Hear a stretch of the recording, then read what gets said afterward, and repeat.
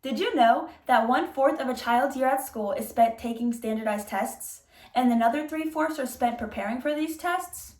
How much of a child's academic year is spent bettering their education and teaching them useful learning outcomes? Starting from grade 1, children are starting to feel the stress and anxiety that comes from standardized testing. They are being placed into groups and labels are being put on them based off the outcomes of these tests that they're taking.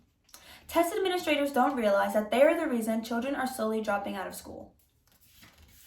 As a young adult, fresh out of high school, I have endured countless hours of preparing for standardized tests, as well as felt the pressure and anxiety that came from taking these tests. I was taught that the results of these tests has a detrimental effect on your academic future. This including what colleges you get into, your grades, as well as the classes you're in. Everything that we learned in that class all led up to the test we took at the end of the year. Standardized testing should be removed from schools because it implements a negative effect on a child's mental health, it affects how a teacher is able to do their job, and provides no useful learning outcomes. Standardized testing negatively affects a child's mental health in many ways. This includes the stress and anxiety that is placed on them at a young age, and as well as low self-esteem that is stemmed from a high standard that is placed on these students. In Fair Fest's How Standardized Testing Damages Education, they write, standardized testing lowers motivation and causes dropouts.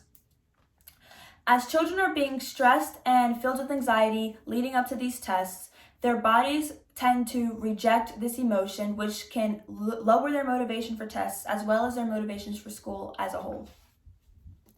In this visual aid, we see a performance anxiety curve based on children taking standardized testing.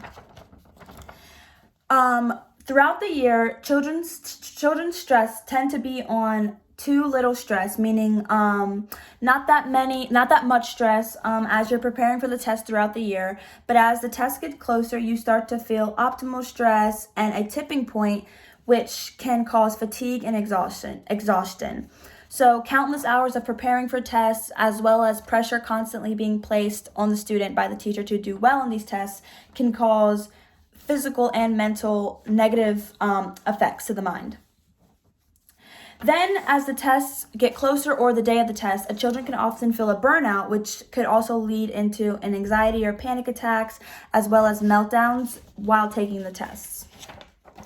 Thus being said, standardized testing can have a major effect on a children's mind from preparing to the test all the way up to actually taking the test, and can cause many physical and mental changes to the body.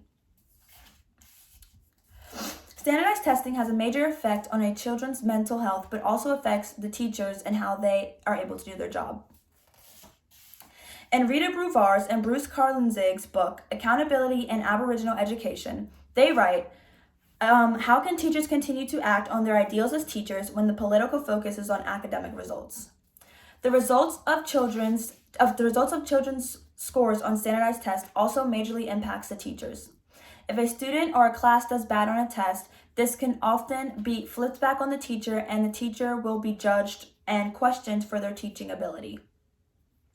Out of fear that they will be judged or ridiculed for their class getting a poor score, teachers tend to focus only on what may be on the test rather than information that could better a child's education.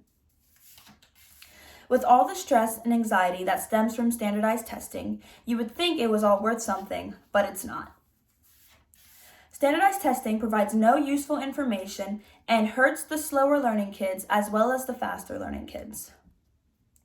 In Thomas Armstrong's The Best Schools, he writes, standardized testing in the early years causes stress, doesn't provide information, and leads to harmful tracking and labeling of children.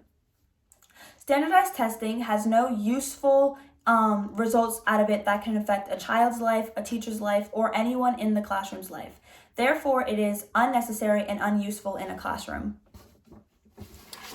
In this chart, you see over 60% of all teachers think standardized testing are inappropriate and negatively affects the development of a child. Standardized testing doesn't impact a child's grades, doesn't impact a child's learning ability. It only impacts a child's self-esteem and how a child views himself, as well as how a teacher views themselves and how they are able to teach.